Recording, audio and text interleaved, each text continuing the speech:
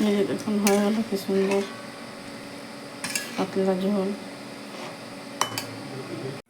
এই যে ছোটো মাছগুলো ভেজে নেবো। তো আজকে ছোটো মাছ কাঁচকলা আলু দিয়ে পাতলা ঝোল করবো, কালো জিরে আর কাঁচা লঙ্কা ফোড়ন দিয়ে।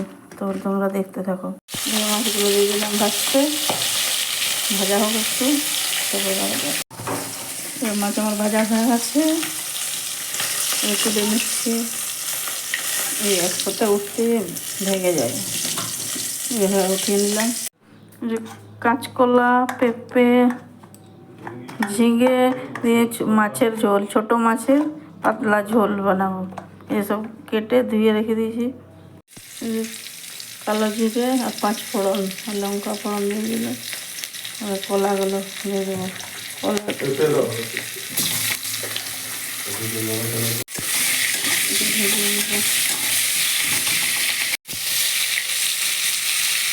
নুন দিয়ে দিলাম।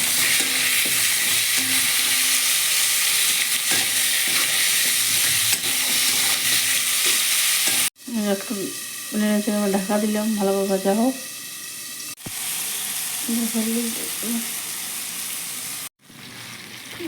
জল দিয়ে দিলাম। কলা পেঁয়া সেদ্ধ হয়ে গেছে, এবার মাছগুলো ছেড়ে দিচ্ছি। একবার ফুটবে তবে বন্ধ করে দেবো।